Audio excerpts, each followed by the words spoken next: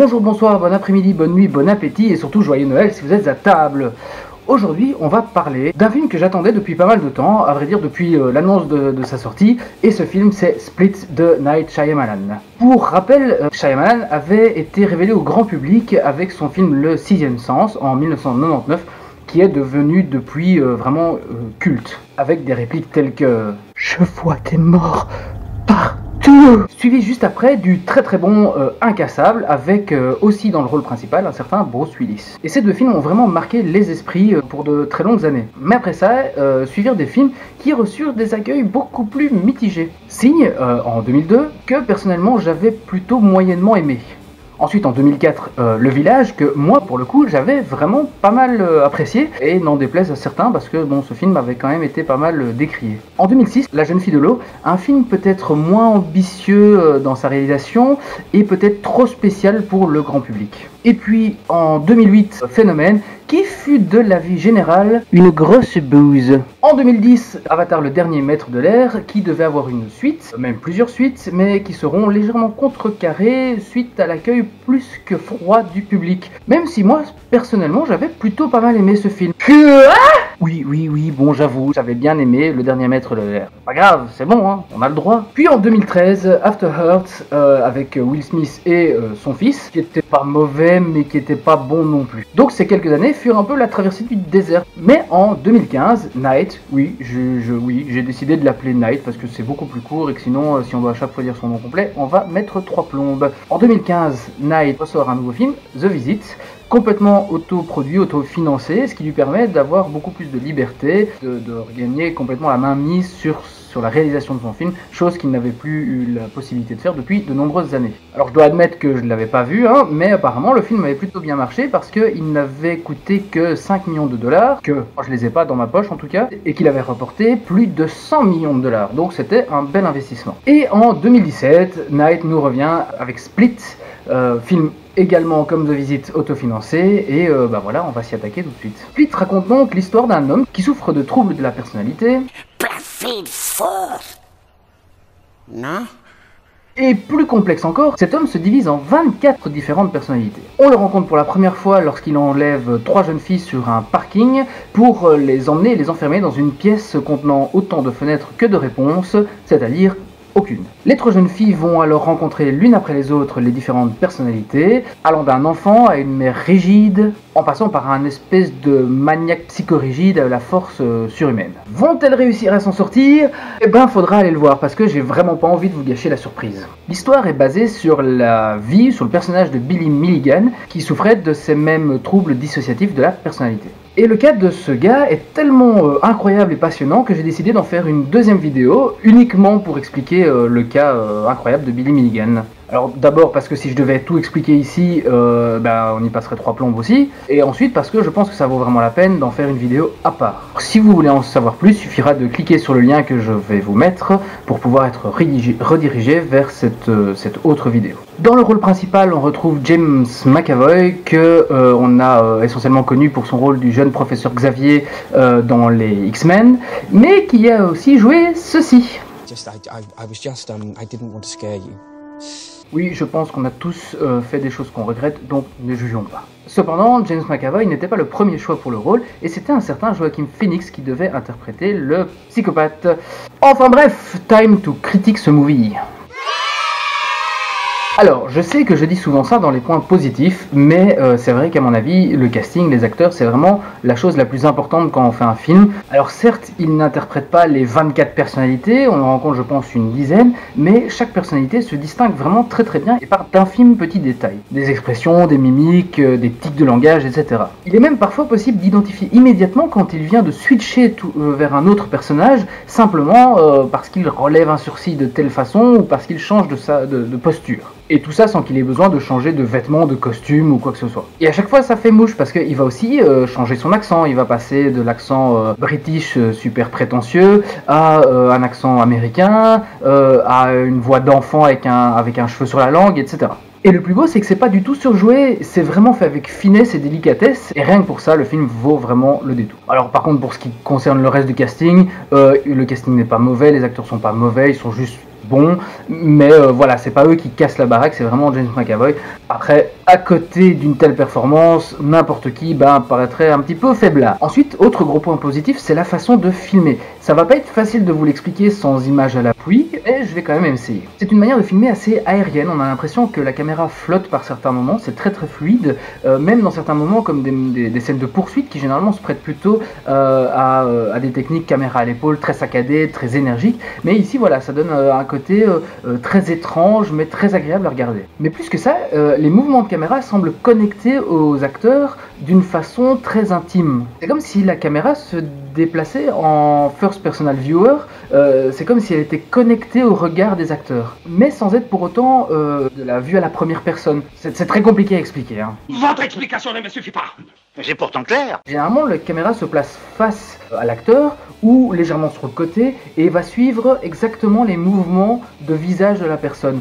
Par exemple, une des premières scènes, quand l'héroïne principale se retrouve dans la voiture, elle va avoir son regard qui va se tourner vers la droite en regardant dans le rétroviseur, puis revenir vers l'avant et la caméra va vraiment la suivre de façon très connectée. Et tout ça, ça offre vraiment une intimité presque dérangeante avec les acteurs. Et enfin, il arrive que certains plans fixes s'attardent sur des éléments que généralement on va pas regarder, les pieds, les mains de James McAvoy quand il se trouve face aux jeunes filles.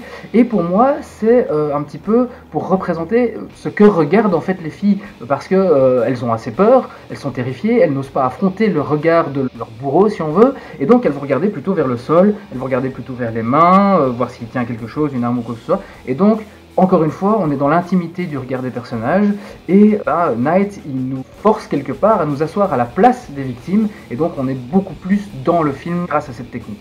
Et enfin, dernier point et non des moindres, les allusions au sujet traité au travers de différents petits éléments. Alors la première chose qu'on voit, c'est un générique éclaté, où on revoit les textes et les titres qui sont répétés plusieurs fois à droite et à gauche, et c'est un peu ce qu'on pourrait appeler un split screen. Le film s'appelle Split, et ça représente un petit peu l'esprit compliqué, fracturé de notre anti-héros, et donc déjà je trouve ça assez sympa. C'est pas ouf non plus, mais c'est sympa. Par contre, ce qui est vraiment génial, c'est l'endroit où vit notre personnage, c'est là où l'action se déroule. Il vit dans un espèce de sous-sol très labyrinthique et sombre, et il est impossible de s'en échapper malgré la quantité incroyable de portes qu'on y trouve sous toutes leurs formes, portes de placards, portes vers d'autres pièces, trous dans les plafonds, différentes interstices, mais tout ça ne mène à rien. On est piégé dans ces couloirs, et à mon sens c'est la représentation métaphorique de l'esprit de James McAvoy, enfin de son personnage. C'est un esprit dans lequel il est lui-même piégé, dans lequel il va retrouver plusieurs embranchements et dans lequel il est complètement perdu. Voilà. Et oui, alors le petit dernier plaisir, on va dire c'est pas grand chose, mais c'est le caméo habituel de Night dans le film. Pas très discret, pas très futé, il a déjà fait mieux que ça, mais voilà, ça fait toujours plaisir. Voilà pour les points positifs, je vous en donnerai encore un à la toute fin de la vidéo, même après la conclusion, parce que celle-là, elle contient un gros spoil, et je voudrais vraiment pas vous spoiler, et je voudrais vous laisser l'opportunité de foutre le camp avant de vous faire foutre votre film en l'air. Et pour l'instant, on passe au point négatif.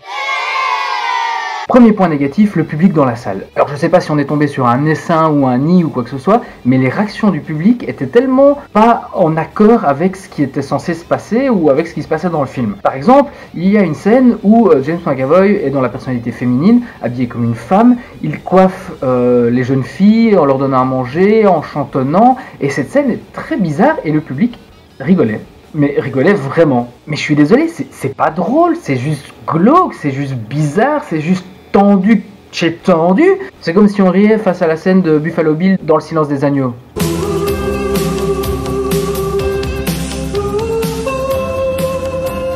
Ah, c'est trop drôle, il a caché son sgeg entre ses jambes, c'est hilarant. Non, c'est pas drôle. Arrêtez de rire quand vous comprenez pas. Bon, sinon, pour parler des véritables points négatifs, le seul bémol que j'apporterais vraiment, c'est que Nuit, Night... Oh, et puis je fais ce que je veux, c'est ma vidéo, merde. Enfin bref, il s'est soit trop inspiré de l'histoire originale, soit pas assez. Enfin, c'est-à-dire qu'il est dans un entre-deux. Clairement, il prend beaucoup plus de liberté par rapport à l'histoire originale, il part dans quelque chose qui est un peu plus fantastique, qui colle plus à son style, forcément. Mais il y a des détails vraiment très proches de l'histoire originale, et ça, c'est un petit peu bizarre. Par exemple, le nombre de personnalités qui est de 23 personnalités plus une supérieure aux autres, ce qui est exactement la même chose que dans l'histoire vraie entre guillemets. Il y a aussi le nom de certains alters qui sont vraiment identiques, et le fait que certaines identités ont le dessus sur d'autres et peuvent décider ou pas de leur laisser accès à l'enveloppe physique de leur hôte. Donc tout ça, c'est vraiment des choses qui se passaient exactement de la même façon. Il y avait plusieurs castes, etc. Donc on est très proche des faits réels. Voilà, je trouve qu'il aurait juste vraiment dû prendre ses distances, s'en servir comme idée de base, et puis partir dans d'autres directions, vraiment s'en distancer. Et puis surtout, il est prévu qu'en 2019, il y a un véritable biopic sur Billy Milligan, dans lequel DiCaprio interprétera le rôle principal. Et à propos de ce biopic, ce qui est assez intéressant à savoir, c'est qu'il est sur la table depuis les années 90. En fait, à la base, c'était James Cameron qui devait le réaliser, mais il se trouve que le gars qui avait écrit le livre biographique sur Billy Milligan, il trouvait que on s'en inspirait quand même vachement, et donc il a demandé un petit pactole, 1,5 million de dollars quand même, et tout ça a fait que James Cameron il a un peu laissé tomber l'histoire, mais la Warner a continué à travailler sur le projet, et en 2015 ils ont annoncé officiellement que DiCaprio jouerait dans ce film et qu'il sortirait pour 2019. Voilà, je pense avoir fait le tour, passons maintenant à la conclusion. Devez-vous aller voir ce film ou pas? Mais tellement, oui, tellement, vous devez aller voir ce film. C'est le véritable retour de Night, c'est la preuve qu'il est pas mort, qu'il est toujours là, qu'il est toujours capable de faire des super films quand on lui donne la possibilité de s'investir vraiment personnellement dedans. Et puis surtout, l'histoire est vraiment passionnante et très addictive. Je pense pas vraiment avoir besoin d'en dire beaucoup plus, je pense que dans mes points positifs, j'ai donné assez d'arguments pour vous dire que ce film vaut la peine d'être vu. Mais avant de vous quitter, j'ai une toute petite annonce à vous faire. Il se trouve que cette vidéo va être la première collaboration avec le site CropPixel, qui est un blog alimenté par Noémie, c'est une jeune fille de 19 ans, qui fait vraiment des critiques qui sont assez sympathiques. Franchement, je vous conseille d'aller voir ce site si vous avez envie d'avoir un élément supplémentaire dans la critique de ce film, dans l'analyse de ce film, et voilà. Il y a de la critique cinéma, de la critique série, de la critique jeux vidéo, donc voilà, c'est assez complet, c'est assez sympa, c'est bien écrit. Je vous invite vraiment à aller y faire un tour. Je vous laisserai d'ailleurs le lien du Facebook et du blog dans les descriptions en dessous de la vidéo. Du coup, je vais vous laisser. Non, c'est moi qui vais les laisser. Non, c'est moi qui... Oui, mais si tu les laisses, ça veut dire que je les laisse. Bref, on va vous laisser. Désolé, excusez-le, mais bon, voilà. Donc, on va vous laisser. On va laisser ceux qui n'ont pas envie d'être spoilés. Voilà, je vais vous laisser 5 secondes. Avant tout, je vous remercie quand même encore, je vous remercie d'avoir vu la vidéo, je vous remercie de la commenter, liker, vous abonner, etc. Comme toujours. Donc voilà, maintenant je vais compter jusqu'à 5 dans ma tête et puis je balance le spoil.